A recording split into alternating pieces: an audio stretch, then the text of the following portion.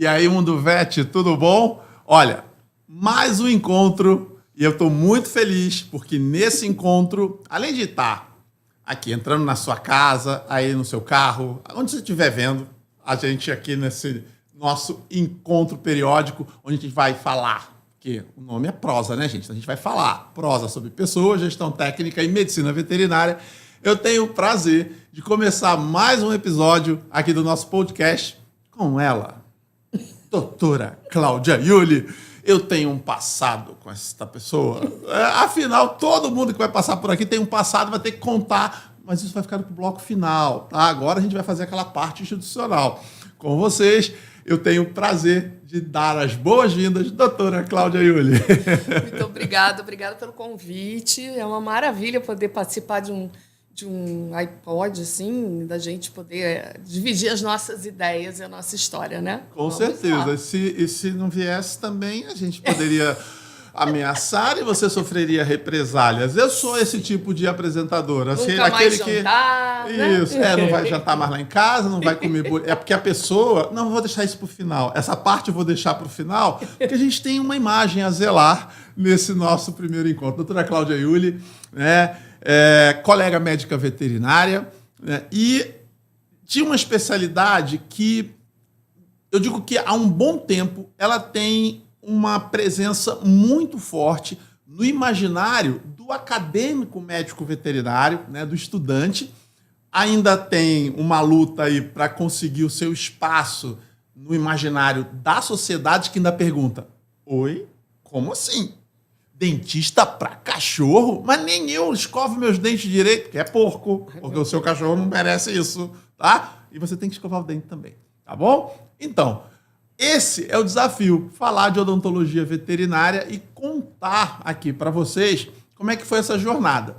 Cláudia, e aí? Como é que é ser médica veterinária, mulher, e escolher uma especialidade tão importante, que fala de saúde num conceito que as pessoas ainda precisam desenvolver essa visão? Fala aí um pouquinho, né? Primeiro, por que você escolheu ser médica veterinária? Médica veterinária, desde sempre. Eu sou aquela pessoa completamente apaixonada por cachorros, a gente vai falar isso no final.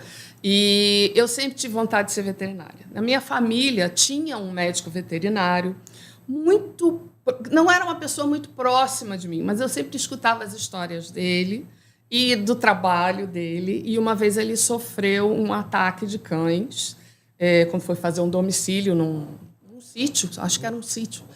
E isso ficou muito marcado em todo mundo da família. Então, quando eu comecei a expressar a minha vontade de ser médica veterinária, meu pai, que é uma figura muito presente na minha vida e é muito protetor, falou assim: de jeito nenhum, você vai fazer outra coisa. E veterinária isso, veterinária aquilo, e não sei o quê. E ele nunca conseguiu uma boa posição na vida, e ele nunca teve muita grana, nem nada. E, por influência da família, eu acabei indo fazer biologia lá no Fundão. Eu fiz de 3 períodos. Quando eu estava entrando no 4º período, eu falei: não é nada disso, chega, eu vou fazer o que eu realmente quero fazer. Não havia transferência, né, do Fundão para a UF, que era a faculdade que eu queria entrar. Então, eu acabei fazendo novo vestibular e passei para medicina veterinária na UF. E daí eu comecei a dar os meus primeiros passinhos dentro da medicina veterinária, né? Rebelde ela, não obedece o pai, gente. Esse tipo de... olha o tipo de gente que eu ando, gente. Pessoas rebeldes que não obedecem ao pai. É um problema. Não, né? eu tenho essa característica e, ao longo dos tempos, meu pai aprendeu que não adianta muito bater de frente contra mim, porque eu acabo sempre fazendo o que eu quero. Às vezes dá certo, às vezes não dá, mas, assim, eu assumo, tá? As besteiras que eu faço na vida. Então, já fiz algumas, mas, assim, em relação à profissão, eu sou muito feliz. Eu gosto muito do que eu faço. Eu acabei indo, antes de me formar, acabei indo para o lado odonto, porque na época que tinha o Hotel Nacional ali em São Conrado, eu sou das antigas, é um hotel que é cilíndrico, que fica na praia de São Conrado, e tinha, né, porque ela não está mais ativa, uma enorme área para se dar palestra. E deve ter sido um desses congressos da Anclivepa que veio o professor Marcos Gioso, de São Paulo, que ele dá aula na USP, e ele foi o nosso precursor aqui no Brasil da odontoveterinária. E em relação a isso, todos nós somos muito gratos a ele, né? Porque ele veio puxando através da odontologia humana, foi para os Estados Unidos, ficou uma época lá e começou a ensinar os alunos dele. E aí foi dar uma palestra aqui no Rio. No Hotel Nacional. No Hotel Nacional. Eu estava lá. Não vou dizer o ano, não. Eu sei o ano, mas não vou dizer o ano, não. E eu fiquei, assim, encantada. Primeiro, porque eu nunca tinha ouvido falar em odontoveterinária, assim como muitos acadêmicos hoje nunca ouviram falar. Sim. Mas, conforme ele ia falando e ele ia mostrando, e era uma coisa que eu tinha muito, assim, eu queria ver o meu paciente mudar. Para mim, era extremamente importante fazer diferença na vida daquele animal, consequentemente, na vida da família responsável. Na época, você ainda era estudante. Eu era estudante. Então, eu fiz a palestra dele, fui fazer vários cursos práticos. Ele tinha um curso prático toda Semana Santa na USP, em São Paulo. Eu participei, acho que, se não me engano, 2 vezes. E aí eu comecei, quando me formei, a fazer alguns atendimentos nos pacientes que eu fazia clínica geral. Tá, peraí. Vamos chegar lá. Daqui a pouquinho a gente vai voltar para o segundo bloco, onde a gente vai começar a contar essa jornada da doutora Cláudia Iuli na prática. Porque você viu, a culpa é do Gioso. Gente, a culpa é sempre do Gioso. Gioso, a gente vai ter que gravar isso, mandar para você, tá? Porque, gente, viu? Ó, tô perturbando ele. Ele é mais novo que eu, desgraça. Olha, meu Deus do céu.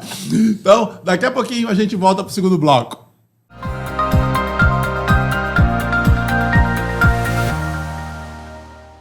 Voltamos para o nosso segundo bloco. Bem, já descobrimos que no primeiro bloco a culpa é do Gioso, tá? Eu vou jogar... Olha, eu vou perturbar ele os próximos 20 anos por causa disso, né? Mas a gente quer saber o seguinte, né? Na história da Cláudia, Gioso plantou a semente. Isso. E aí você aprendeu com ele, você sugou ele, você foi lá, grudou. Mas e depois? Como é que foi começar a pegar esse conhecimento? E aí, esse conhecimento, ele fez 2 coisas para você. Te deu base para começar, mas eu te conheço. CDF, meu doido. Quis estudar mais. Quis. Tá? Conta essa história para mim. O que você foi fazer de estudo? Porque nesse exato momento, tem alguém que está assistindo a gente que você está sendo o Gioso para esse menino que, de repente, está assistindo. Vai se inspirar. Dicas, né? Então ele quer saber como é que foi essa jornada, como é que foi o caminho, por que odontoveterinária, como foi? O caminho hoje está um pouco diferente, porque naquela época a gente não tinha muita opção, né? A gente tinha o professor Gioso, os cursos que ele dava e as palestras que ele dava. Eu sempre fui meio CDF no sentido de não posso passar numa banca que tenha livro de veterinária que eu vou passar ali e ver se tem alguma novidade. Não tinha internet, não tinha WhatsApp, não tinha nada em PDF para a gente estudar, entendeu? Se você assistisse uma palestra, era tudo copiado na mãozinha. Então, havia essa dificuldade, mas isso também dava um gás da gente procurar as informações, porque nada caía fácil, né, na mão. Então, eu fiz alguns cursos do Gioso. Depois que eu senti que eu não estava conseguindo pegar mais novidade daquilo que estava sendo oferecido, eu resolvi que eu ia começar a fazer alguns cursos no exterior. Na época, eu tinha uma facilidade muito grande para obter passagem aérea. Então, eu fui aos Estados Unidos a 2 ou 3 congressos. Existe nos Estados Unidos o Dental Forum, que acontece todo ano. São, se não me engano, 3 dias, porque tem tempo que eu não vou. São 3 dias onde só se fala de odonto e reúne profissionais do mundo inteiro. Então, eu fui a 3 deles, conheci muita gente e fiz cursos em um local que era como se fosse uma escola mesmo, para treinamento de odontologia veterinária do Dr. Ira Luskin. Era uma área enorme, que na frente era a clínica dele e atrás era a área de aulas, que era ele e o Mark Smith, que eu acho que já faleceu, que ele teve câncer há um tempo atrás, e eu acho que ele já faleceu. Então, o Ira Luskin fazia a parte de odonto, o Mark Smith fazia a parte de cirurgia oral, e ali eu comecei a ter uma visão crítica. Eu sempre falo isso para os meus estagiários e quem me acompanha. Não fique com uma única pessoa, seja a área que você escolher. É sempre interessante você pegar o ponto de vista de vários profissionais e dali você vai pegar o seu jeito de trabalhar. Né? Então, eu já tinha formação do Gioso, não era uma formação porque não era um curso oficial, mas tudo que ele podia ensinar para a gente. Depois eu peguei com o Luskin e com o Mark Smith e um pouco também com o pessoal do Dental Forum. Voltei para o Brasil, continuei a trabalhar com odontoveterinária num consultório de atendimento de clínica geral. Só uma pergunta, Cláudia. Esse curso lá, qual a duração de um curso? Não, era um curso simples, por exemplo. O curso que ele tinha vários, mas o que eu fiz era o de 5 dias, em que ele fazia endo no primeiro, pério no segundo, algumas noções de ortodontia, e o Mark Smith fazia a parte de cirurgia oral. Tá? Okay. Então, era ótimo, só que tinha um senão. Muito dos... não são equipamentos, mas os produtos que eles usavam, principalmente para endodontia, não tinha no Brasil. E aí eu ficava, gente, como é que eu vou fazer isso? Eu aprendi a fazer tudo lá, mas aqui eu não consigo aplicar. Como é que eu faço isso? Eu ia para as dentais, fazia amizade com o pessoal do balcão, pedia para entrar, para eu ver o que era uma coisa ou outra, mostrava a foto, tem uma coisa parecida com essa aqui, para tentar descobrir. E algumas coisas eu consegui, outras não. Eu fui trabalhar ainda de uma forma com atendimento clínico e odonto. E aí surgiu uma oportunidade e eu abri a primeira clínica no Rio de Janeiro que só tinha atendimento odontológico. Eu tinha um sócio, nós abrimos essa empresa e foi quando eu te conheci. Lembra disso? Lembro, mas não vamos datar. Tá bom. Não vamos mas datar. Foi a época que eu te conheci. E aí a gente começou a querer fazer aos moldes do que já existia em São Paulo, a Odontovet, que foi o primeiro centro de odontologia veterinária da América Latina. Então, foi o primeiro lugar lá em São Paulo, com a doutora Michele Venturini e o doutor Herbert Correia. E aí a gente queria fazer uma coisa parecida aqui. Começamos a trabalhar, mas o Rio de Janeiro ainda estava muito engatinhando das famílias entenderem a importância que a saúde oral tem para o restante do corpo. Eu vou dizer para você que até ainda hoje isso existe. É um desafio, porque até para o ser humano, a gente tem notícias, às vezes, teve um rapaz de um boy band desse que teve uma septicemia e acabou vindo a óbito por conta de uma infecção dentária. Tem pessoas que têm problemas na coluna, de forma que já passaram por vários médicos e não conseguem resolver. E o problema está nos dentes. Tem gente que tem infecção de sinusite de repetição e é uma infecção odontogênica. Então, assim, até para o ser humano, não se atina de que muitos dos problemas que você tem pode ter origem nos seus dentes. Não tem ainda tanto hábito de ir ao dentista regularmente. Então, reflete isso para os animais. Eu já atendi um familiar lá que levou o seu cão responsável e ela me abriu um sorriso e eu tive que trancar a boca, porque eu sou muito espontânea, né? Então, aparece tudo na cara. Mas ela tinha os dentes péssimos. Eu não sabia como é que eu ia falar para ela que ela tinha que cuidar dos dentes do cão dela, se ela não cuidava dos próprios. Então, ainda é um desafio. Já melhorou? Já, ou se já. Na época que eu abri essa clínica, quando eu falava para os meus clientes, não, precisa fazer um asseio da região dentária, tenta devagarzinho começar uma escovação. Tudo isso, as pessoas riam de mim. Hoje em dia, elas não riem mais. Eu já tenho clientes chegando no consultório com gato. Doutora, meu gato está escovando dente todo dia, mas eu estou notando que está com uma gengivite.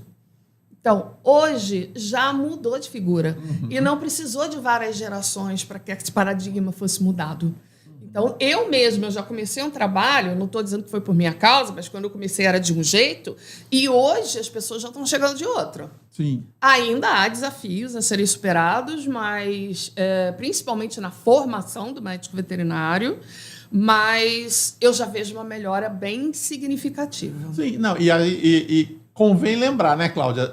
A gente nunca vai deixar de ser, apesar de não querer, a sociedade não quer reconhecer, né, E a própria classe médica veterinária deixa passar. exatamente. Nós somos agente de educação. A gente é um agente de transformação social, sim. A nossa responsabilidade com essas famílias é gigante. Mas como ser um agente de educação social se a gente tem aí quase 600 faculdades de veterinária, onde a grande maioria delas sequer vai falar do básico, e que dirá de odontologia veterinária. Exatamente. E aqui eu estou falando com uma profissional que trabalha com a área de pequenos animais. Mas nós temos um colega em comum que trabalha com odontologia equina. Né? E por incrível que pareça, a odontologia equina é bem mais notada, porque os equinos, alguns deles são animais de produção, outros são animais de hipismo, outros alto são valor de agregado. corrida. E o que acontece? Os equinos têm dentes diferentes de nós e dos cães e dos gatos. Os dentes deles, durante um período da vida, mesmo depois do dente já ter rompido, ele tem um crescimento constante até uma fase da vida dele. Não é igual ao roedor que vai tendo esse crescimento a vida inteira, tá? Mas até o período da vida do equino, esse dente continua crescendo. Se você não der para ele uma dieta adequada e ele não conseguir rasar os dentes, ou seja, ele raspa um dente no outro e ele usa toda a alimentação dele para ir raspando a parte superior do dente. Se você não faz isso, ele começa a fazer ponta no dente. Então, ficam umas pontas que parecem lâmina de barbear. Quando você abre a bochecha do equino, ele está todo rasgado por dentro. O que isso faz? Uma dor absurda. O animal não tem mais performance. Sim. Aí, o dono falou, opa, ele não está mais performando. O que aconteceu? O cão e o gato são seus companheiros. Sim. Eles não fazem performance. Pelo menos normalmente, né? O que você nota? Ele não está comendo direito, ele está esfregando o focinho, ele está com o rosto inchado, ele está com sangramento da boca, a saliva começa... Então, são pequenas coisas que se é um dono que sai de casa às 7 horas da manhã, volta para casa às 9 horas da noite, se bobear, ele nem percebe. Ele não percebe nem que o animal está comendo direito. Eu conheço famílias que têm uma única tigela de ração para 4 cachorros. Então, se alguém não está comendo ou diminuiu a ingesta de alimento, a pessoa nem sabe. Não vai perceber. Então, tem coisas que a gente orienta que vêm da medicina veterinária, não exatamente da odonto. A gente não pode esquecer que o nosso paciente não é uma boca, Sim. não é um dente. Ele vem como um todo.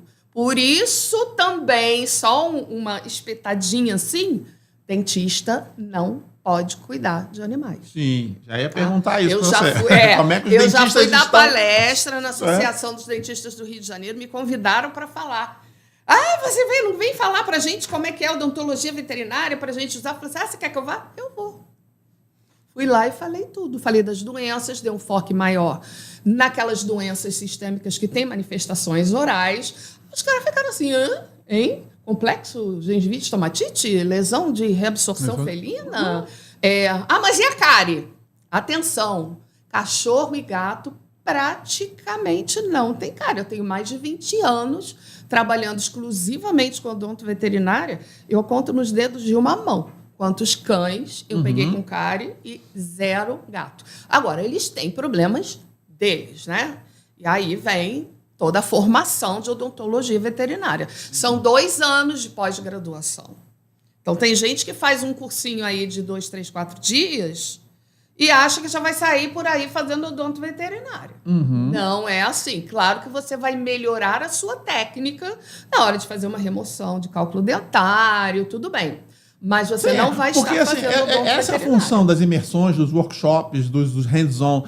Melhorar a técnica, mas se você não tem o fundamento, não entender isso que você falou, que o animal não é só uma boca, é todo um complexo. Cara, vai ser um bom clínico primeiro para você escolher uma especialidade e não é e trabalhar só com isso. Gente. A odontologia veterinária, eu estou participando agora como docente num curso de pós-graduação de odonto veterinário da Clivepa São Paulo. Então, é muito interessante que no início... Pausa. Você imaginou que um dia... No Brasil, teríamos uma pós-graduação em odontologia veterinária? Não, eu imaginei porque eu fiz uma. Eu fui da primeira turma da Anclivepa São Paulo. Na época que a Anclivepa São Paulo começou com as especializações, o presidente era quem? Gioso. Então, qual foi especialidade que ele criou? Odonto veterinária, óbvio, era a praia dele, era ali que ele conhecia todos os personagens principais. A gente teve aula com dentista, por quê? Porque não tinha dentista veterinário no Brasil que desse uma aula de como é que você faz, por exemplo, uma prótese unitária num dente canino de um cão de guarda.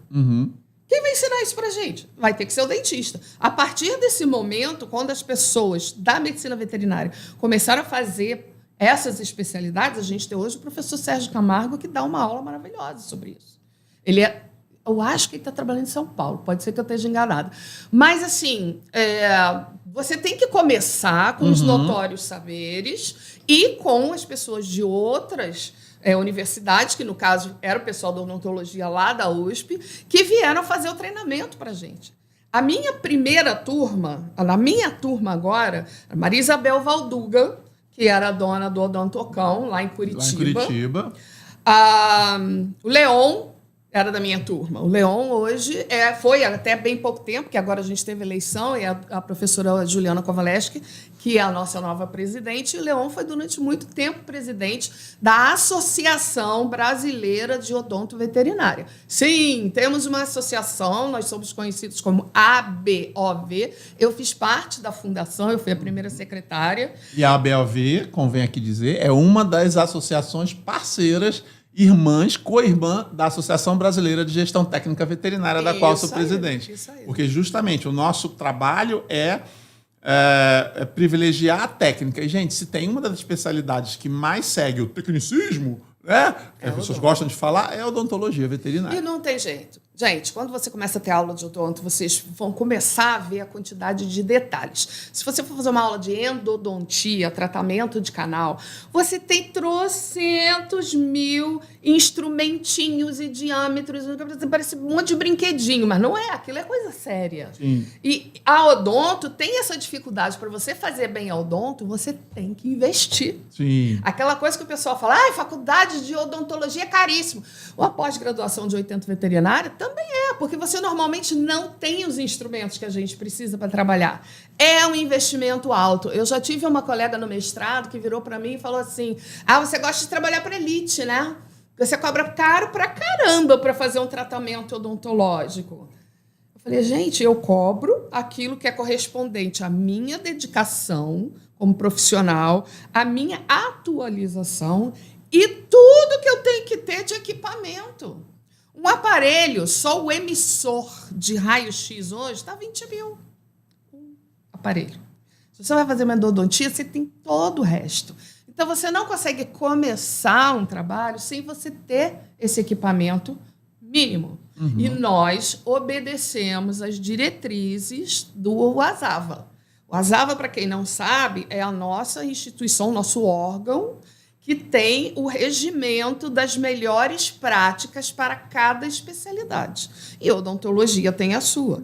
Então, hoje em dia, se você quer fazer um bom tratamento odontológico no paciente, geralmente o nosso arroz com feijão que a gente faz 90% das vezes é doença periodontal. Então, a gente faz um tratamento periodontal. Você não consegue fazer um bom tratamento periodontal se você não fizer uma radiografia.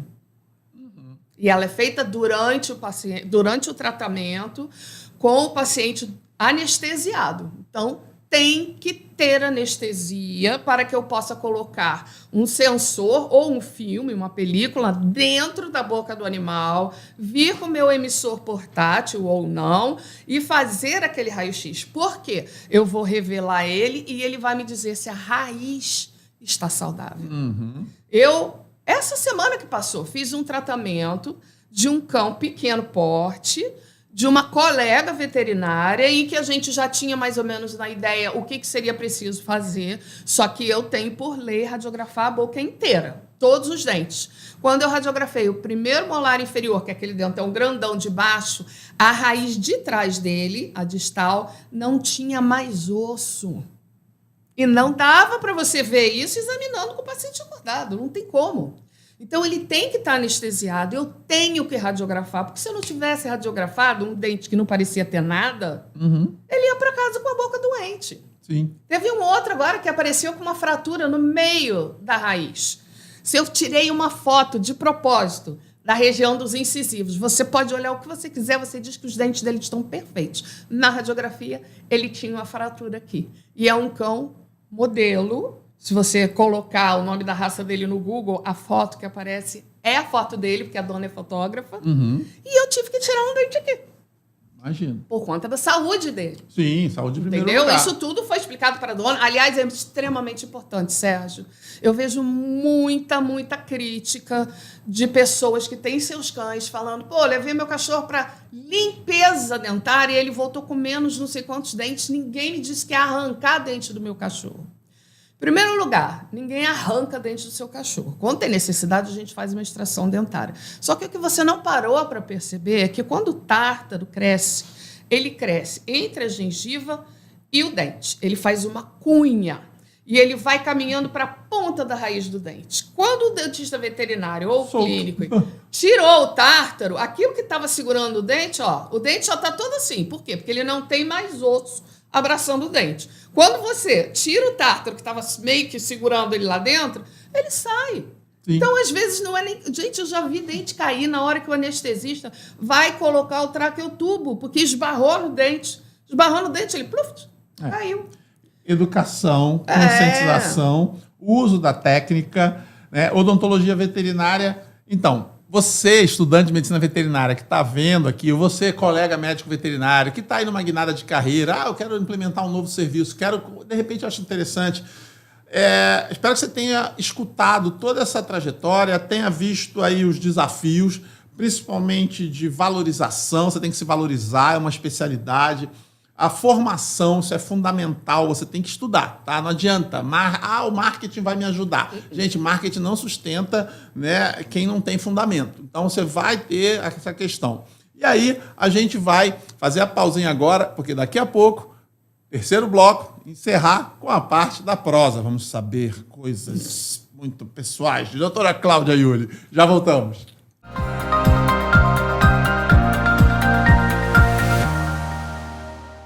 Então, pessoal, chegamos no nosso último bloco e é aquele bloco que eu me divirto, porque os meus convidados ficam apavorados achando que eu vou jogar tudo que eles fizeram no verão passado aqui no meu podcast. Eu teria assim 200 milhões de views, likes, mas enfim, eu sou um arquivo vivo e pretendo continuar assim, vivo, né? É a parte onde a gente fala aí do pessoas, a prosa com pessoas, né? E a gente fala um pouco dessa relação. As pessoas que vêm aqui, né, eu conheço, a gente tem uma vida off veterinária, e é sobre esse aspecto que eu vou falar com a Cláudia. São 3 pontos, 3 assuntos, e eu quero que você fale. Vou falar as 3 coisas e você vai contar aí, né, a sua relação com esse assunto, com essa situação, com essa pessoa, enfim, que a gente vai jogar aqui. Primeira coisa, né, lado B da Cláudia. Lado B. Vamos lá. Artesanato. Caso vocês não saibam, essas mãozinhas que chegam até lá a cunha do tártaro, né, também fazem maravilhas. Como é que chegou o artesanato? E que artesanato é esse? Explica pra gente. Gente, o artesanato chegou na minha vida quando eu era adolescente. Não era nem médica veterinária ainda. Eu namorava um rapaz, filho de portugueses. A mãe dele, portuguesa, amava fazer ponto cruz. E aí, às vezes, a gente passava o final de semana na casa deles, que era em Inuã, perto de Maricá, aqui no Rio de Janeiro. E depois do almoço sentava, ela fazia uns bordadinhos para fazer quadrinho, para ajudar a decorar a casa. E eu ficava olhando aquilo e falei assim, como é que faz isso? Aí ela começou a me ensinar. Só que eu não me contentava em fazer um quadrinho, né? Eu comprava aqueles kits enormes que faziam os anjos da guarda maravilhosos, com alguns pedaços de... Qual é o nome daquilo, meu Deus? Miçanga. E não sei o quê. Fazia os quadrinhos para botar no quarto do bebê. Aí fazia naquela época toalhinha, fazia pano de prata, essas coisas todas. Depois dessa fase, eu comecei a fazer decupagem. Depois não tinha mais onde inventar a caixinha na minha vida. Né? Aqueles comerciais de presente, as pessoas nem querem mais tanta caixa. Comecei a fazer decupagem. Quando eu tive... Aí eu parei, trabalhando sempre, tinha fases que eu conseguia fazer e tinha fases que eu não conseguia. Quando eu fiquei doente, que eu sei que você é um gentleman, você não vai me perguntar diretamente, mas eu tive câncer de mama. E durante o período da quimioterapia, né, eu trabalhei durante 4 sessões e depois não dava mais. Não tinha condição de me mexer, de sair de casa, estava muito difícil. E eu ficava em casa direto. E eu ficava assim, gente, eu não aguento mais ver filme, porque eu sou cinéfila também, adoro assistir filme. Mas já tinha visto tudo que tinha no Netflix, já tinha lido todos os livros que eu tinha em casa. Eu preciso me ocupar minha cabeça. E aí eu descobri um site na internet. Quem não conhece, se chama Educar, com K. E ele dá aula de tudo, de gastronomia, de fotografia, de costura. E aí eu comecei a olhar as coisas que tinham ali, comprei uma máquina de costura e aprendi a costurar assistindo às aulas, fazendo boneca de pano. Uhum. Essa foi a primeira fase da costura, foi uma das bonecas de pano. E fazia kits de berço e trocadores para as amigas que estavam tendo filho e tal. Passou essa fase... De novo, no trabalho, eu não tinha tempo nem para me coçar. Me mudei, peguei as 2 máquinas de costura que eu tinha, botei dentro de uma caixa, lacrei. Eu falei, eu não vou abrir a caixa. Porque se eu abrir a caixa, aquela vontade do bichinho do artesanato vai me fazer entrar para essas coisas. Aí teve uma época que a minha cunhada queria aprender, aí não teve jeito, eu tive que tirar a máquina. E aí voltou com toda a força e agora eu faço bolsas. Eu faço bolsas, necessárias, essas coisas, e dou de presente para as crianças. Agora, na volta às aulas, teve um monte, no Natal. Metade dos meus presentes foi bolsa de praia. Então, quando eu estou muito... Porque a gente que é veterinário, a gente sabe que tem um momento que os clientes exigem muito do nosso lado zen. E a gente não tem muito para entregar depois de um certo tempo. Então, precisa dar uma respirada. Uma válvula de escape. Precisa ter uma válvula de escape. Precisa jogar sua energia numa outra coisa para que ela se renove. E aí, eu acabei voltando pro artesanato e pros babies, né? Que você vai falar deles agora, que eu sei que você não vai deixar de falar dos meus babies. Não, mas antes de falar dos babies, eu vou falar... O baby eu vou deixar pro final, né? O grande final é os bebês, né? Mas no meio do caminho aí... Ela não vai falar porque ela é muito tímida, né? Mas ela faz cookie também, que é uma maravilha. Gastronomia... Nada, eu faço macarrão. É o macarrão também. Esqueci do macarrão. Gente, olha, macarrão. Tem anos que eu não faço macarrão, mas até hoje, no Instagram e no Facebook, eu tenho colegas que viram aquela postagem, porque assim, eu peguei algumas receitas e comecei a testar. Me deu a louca. Eu vou fazer um macarrão bom, bonito. E é com bom, aquele pezinho, bonito, todo furadinho. E eu não sei, vou fazer. E as pessoas que gostavam não esqueceram disso até hoje. Sim. Marcos Macoto é um. E toda vez que ele encontra comigo, ele fala assim, você continua fazendo macarrão? Quando é que você vai fazer pra mim? Ele fica doido. É gordo. Ele é gordial, eu japonês. gosto. A gastronomia é um negócio que é sensacional. A gastronomia é um negócio sensacional pra ela. Mas quando ela vai na minha casa, no café... Eu tenho que saber... a Cláudia vem, eu não posso fazer nada com banana nem com laranja. Porque o bolo, você é um amigo não muito especial. Você é um amigo sem igual. Você se preocupa com as coisas que ou eu não posso comer, ou eu detesto comer. Aí quando eu vejo, eu tô fazendo sobremesa. Quando chega lá, aí tem 3 pessoas. Fernando, Cláudio e Fernando. Cada um não come uma... Quando eu vejo, tem um buffet de sobremesa, porque os bonitos não comem. Não como Mas isso. Mas eu posso levar também, não meu como isso, não amigo. como A próxima vez eu levo. Macarrão, tá bom. Eu tenho uma amiga pessoal minha, Karen, que ela fala assim, você nunca mais fez soufflé de goiabada pra mim. O bom a veterinária traz essas amizades, né? A gente acaba construindo isso. E o segundo ponto, viagem. Eu sei que você adora viajar. Eu amo viajar. Né? Se a gente pudesse viajar, a gente viajava mais, né? Mas viagem, o que a viagem significa para você? Você já falou para mim que o artesanato é uma válvula de escape. É uma válvula de escape, mas imediata, sim, né? E a você viagem? Tá em casa, tu puxa lá um projeto e vai. A viagem é abrir uma comporta de hidrelétrica de... Jesus amado, é tudo. Viajar para mim... Eu tenho bastante tempo que eu não faço uma viagem para o exterior, né? Seja América Latina, Europa, Estados Unidos. Mas eu me lembro de uma viagem que significou muito para mim, porque assim, meu sobrenome, Yuli, né, a origem dele é escocesa. Mas a maioria da família foi para a Inglaterra. Então eu tenho... É muito engraçado isso, porque a gente geralmente pensa que as outras pessoas são os outros.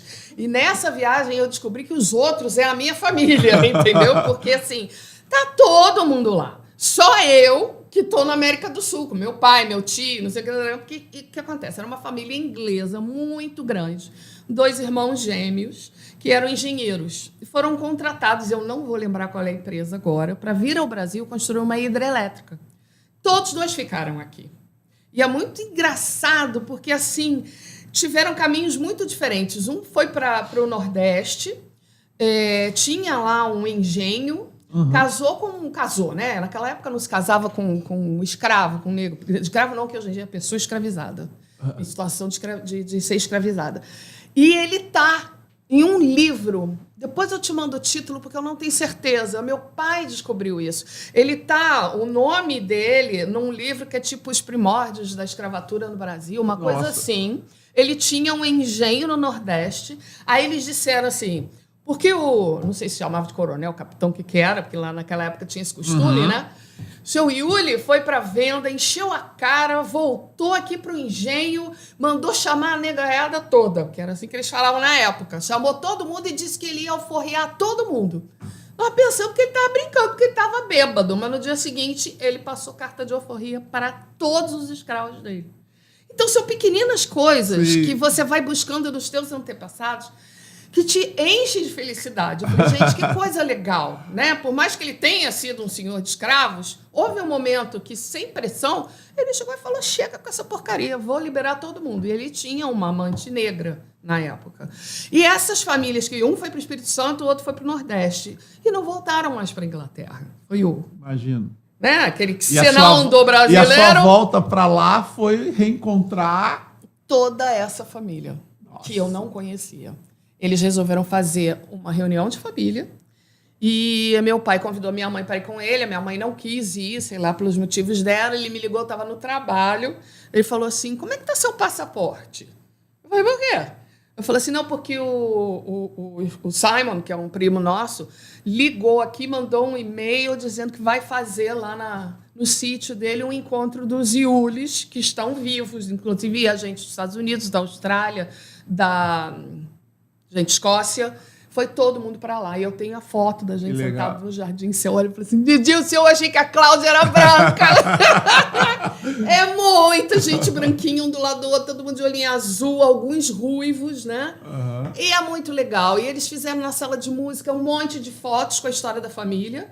E foi aí que eu vi que tinha gente para burro lá. No Brasil só tinha gente. As vantagens de viajar. E aí, talvez, o fato de você ser essa pessoa largada, abandonada da família, te causou essa carência que fez você ter 7 monstrinhos em casa. Não, 6 lindos anjinhos e um monstrinho chamado Zequinha. Não. A gente chega agora, no final da nossa prosa, falando sobre... Cláudia, por que Chihuahua? Então, eu já tive cães de vários tamanhos, morando em várias situações, casa, apartamento, cobertura, apartamento pequeno, casa de vila. E eu tive uma fase bulldog francês, mas eu fiquei extremamente traumatizada porque todos tiveram câncer. Todos, em locais diferentes do corpo, morreram, um até mal. E aquilo me traumatizou muito. E eu tinha uma amiga, a Cláudia Dantas, que também é veterinária, que tinha chihuahua. E de vez em quando eu ia para casa dela almoçar num domingo, sentava no chão, aquele bando de coisinha pequenininha pulando em cima de mim. Cláudia Dantas. Ó, eu comecei a me apaixonar. Quando eu saí da minha casa grande que eu tinha no Recreio, que eu fui para um imóvel menor, o tempo foi passando, meus cães foram morrendo, eu falei, agora eu não quero mais saber de carregar bicho grande. Primeiro que é uma grande despesa, e segundo, a minha labradora, por exemplo, quando desmaiou na minha casa, eu arrebentei minha coluna para tentar botar ela no carro sozinha. E aí eu comecei com os piquetichinhos. Adotei, tá? Eu acho que eu tenho 1 ou 2 só que são comprados, o resto é tudo adotado. E as pessoas sabem que eu sou alucinada com chihuahua. Então, qualquer coisa, a minha amiga tem um chihuahua, ela vai para o exterior, não pode levar o cachorro, não sei o que, liga para a Cláudia. Porque se eu fosse ficar com todos os chihuahuas que já tentaram me dar, acho que eu já tinha para mais de 20. Mas, se você olhar na minha família, várias pessoas têm chihuahua. Sim. Porque eu fui distribuindo. Primeiro os amigos, depois a família. Então, tá indo assim. Esse ano já foram 3 que eu distribuí pela família e pelos amigos. Porque não dá, né, gente? 7 7 é mais que suficiente, porque a 7ª que entrou, eu tive uma chihuahua pequenininha de 650 gramas, 1 ano e meio. Ela tinha um monte de problemas de formação, principalmente parte respiratória, e acabou vindo a óbito com 1 ano e 3 meses, mais ou menos, e eu fiquei arrasada. Você conheceu ela? Sim, conheci. A gente ia pro café com ela. Ela andava comigo para tudo quanto era lado, porque ela fazia muita úlcera de córnea, eu tinha que ficar pingando remédio 4 horas, então ela dava trabalho, mas era uma coisa, eu não podia ir para o trabalho sem ela. Todo mundo chegava assim, oi, Cláudia, bom dia, cadê a Pixel? Cadê a Pixel? A Pixel não veio? E aí, quando a Pixel faleceu, eu fiquei muito triste, porque ela era muito grudada comigo. Logo depois, a moça que tinha me dado ela me ligou dizendo que a mãe dela tinha chegado no abrigo que para adoção. Eu falei, segura que é minha, eu tô indo buscar. Aí fui a Maricá buscar pequenininho. Então são 7, mas é uma alegria, a casa fica cheia, eu dou risada o dia inteiro com eles. Claro, brigo também, porque eu sou linha dura. Mas, assim, é uma delícia, é muito bom. E visitar a Cláudia, a gente tem que andar assim, arrastando o pé, não vem, não. com medo Todo mundo adora de ir lá em com casa. medo de pisar. Não, eu fico traumatizado com medo de pisar. Você E o outro, e o Zequinha, que é um dos que ela tem, ele me odeia, tá? Eu não sei o que eu fiz pra ele. Você sabe o que você fez, você não quer contar. Eu só cheguei um pouco estabanado na casa, assustei o cachorro varou em cima de mim. Mas, gente... Ficou pendurado na calça jeans. Uma coisa básica, assim. Pessoal, estamos chegando aqui no final do nosso segundo podcast aqui. Olha, prosas, pessoas, medicina veterinária, bom papo, Zequinhas, né? Histórias, né? Tudo isso é muito, muito, muito legal. Quero agradecer você por ter acompanhado mais um podcast e agradecer aqui a Cláudia, deixar ela se despedir de vocês. E procurem a doutora Cláudia, tá? Cláudia, então vai aparecer aí no nosso podcast todos os contatos da Cláudia. Cláudia, muito obrigado. Obrigada. Foi um prazer estar aqui com você. Dá um tchauzinho pro pessoal aí que está te assistindo. Tchau, pessoal. Quem tiver interesse em ouvir mais sobre odontologia veterinária, perturba o Sérgio aqui que eu volto. Tá bom? Um beijo para vocês. Valeu, pessoal. Até a próxima.